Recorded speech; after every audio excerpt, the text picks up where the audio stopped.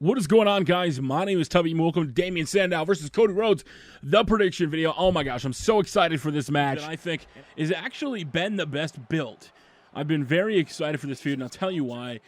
When Cody Rhodes got screwed by Damien Sandow at the pay-per-view, I sat to myself and I wondered, how did I not see this coming?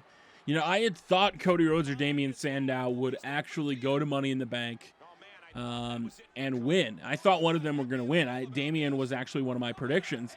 But I thought to myself, how obvious was it that you put a tag team in there and they're going to screw over one of the other guys? And I had always thought that it would be a feud for the Money in the Bank briefcase.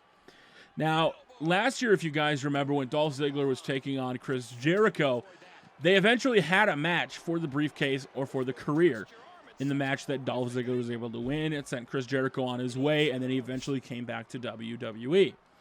And I sit here wondering to myself, are they going to do the same thing? A lot of people, especially on my sim over on WWE Fan Nation, if you guys saw that, were like, this match should have been a ladder match, and it should have been for the briefcase.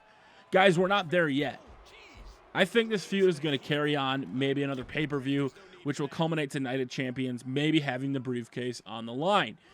Other people are speculating that Damien Sandow will cash in at SummerSlam against Alberto Del Rio or Christian, and that way Christian beats Del Rio for the title, and then Damien is there to snatch it away. And once again, Christian's reign is cut short and ended, which, you know, could eventually lead to a triple threat between Damien Sandow versus Alberto Del Rio. Me personally, I think there may be a Night of Champions championship scramble coming with Cody Rhodes and Damien Sandow, in with Christian, maybe RVD, and Alberto Del Rio. Who knows? I think that's definitely a possibility that you guys may want to keep your eyes on.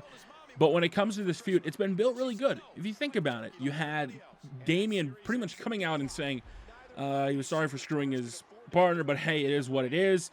And he would allow Cody Rhodes to be the carrier of the briefcase, which I thought that alone was just sweet when he did that. And then Cody eventually was like, hey, let me see the briefcase, and he smashed him in the head. He came out during Damien's match with Randy Orton. He stole the briefcase. It led to a segment with, I think, is one of the better segments where he threw it in there. Damien is just growing on me so much. Damien Sandow's character, you know, the intellectual savior to the masses, I think is the perfect character, and Damien executes it so well. I remember him in NXT when I said he was going to be called up, and I thoroughly love Damien Sandow's character, and Cody Rhodes is the guy that can pull it out of him the best. They used to be friends. They make sense, and the best thing about it was, leading up to the Money in the Bank pay-per-view, there really was no dissension between Cody Rhodes and Damien Sandow. You know, they had broke them up as a tag team. They were going to go to singles competition, but what happened? They reunited against, I think, was it Tons of Funk that they reunited for a pre-show? And then they eventually went on, and they were still a tag team. And I had high hopes for them. I thought they would go on to potentially be the tag team champions. But when they eventually split at Money in the Bank because of this, it was really interesting. It was eye-popping because of the fact people didn't necessarily see it coming. You know, other people will say, yeah, I saw it coming, blah, blah, blah. I don't think too many people really did. And that's the coolest thing about this feud. Now, if this match were to go on to another pay-per-view, I think Damien Sandow is going to have to steal a victory here over Cody Rhodes.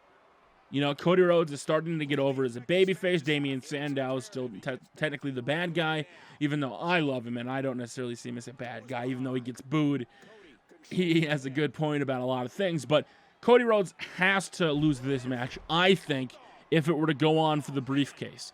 If you remember Chris Jericho versus Dolph Ziggler, it kind of was built upon the fact that Chris Jericho and Dolph Ziggler, he couldn't beat him.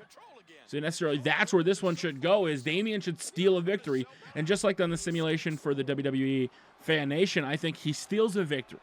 Maybe it's through roll-up, maybe he wins dirty, but then that way it does two things. One, the crowd will hate Damien Sandow, obvious heel, and then Cody Rhodes will get more over as a babyface because he got screwed and he should have won the match, in my honest opinion. So to do that, you have to have Damien Sandow win in a way that, you know, maybe he shouldn't have won, and that's exactly what I hope they do, and allow Damien Sandow to steal a victory. They'll go on to the next pay-per-view. Cody Rhodes will maybe potentially win the briefcase away from Damien Sandow, and it'd be a perfect way to build a feud. That's what I want to see. Let me know what you guys want to see. Who do you think is going to win between Damien Sandow and Cody Rhodes at SummerSlam? Until next time, guys, my name is Tubby, and we'll see you all later.